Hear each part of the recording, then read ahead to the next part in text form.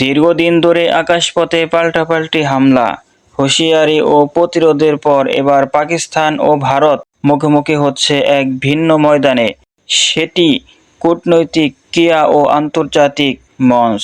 বালাকোট হামলা থেকে শুরু করে সীমান্তে নিয়মিত সংঘর্ষ, দুই দেশের সম্পর্ক বারবার উত্তপ্ত হয়েছে। আকাশপথে যুদ্ধবিমান, ড্রোন হামলা ও পাল্টা জবাবে দুই পক্ষই শক্তির জানান দিয়েছে। বর্তমানে এই দুই পারমাণবিক শক্তিধর রাষ্ট্র জাতিসংঘ, বিকস ও ইসলামিক সম্মেলনে প্রভাব বিস্তারে লড়ছে।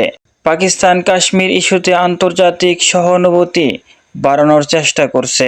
ভারত বিনিয়োগ ও উন্নয়ন কূটনীতির মাধ্যমে বিশ্ব মিত্র জোট গড়ছে। ক্রিকেটের মাঠে পাকিস্তান ভারত ম্যাচ মানেই যুদ্ধের আবহ। সাম্প্রতিক ম্যাচে উত্তেজনা চরমে উঠেছে। খেলাকে ঘিরে দুই দেশের জনগণের আবেগ তুঙ্গে। পাকিস্তান ভারত সম্পর্ক যতই উত্তপ্ত হোক, যুদ্ধ নয়। দ্বিপাক্ষিক বোঝাপড়া ও আলোচনার মাধ্যমে স্থায়ী সমাধান সম্ভব। এই নতুন ময়দানে সংঘর্ষের চেয়েও সংলাপ ও দায়িত্বশীল কূটনীতি হোক বিজয়ের পথ।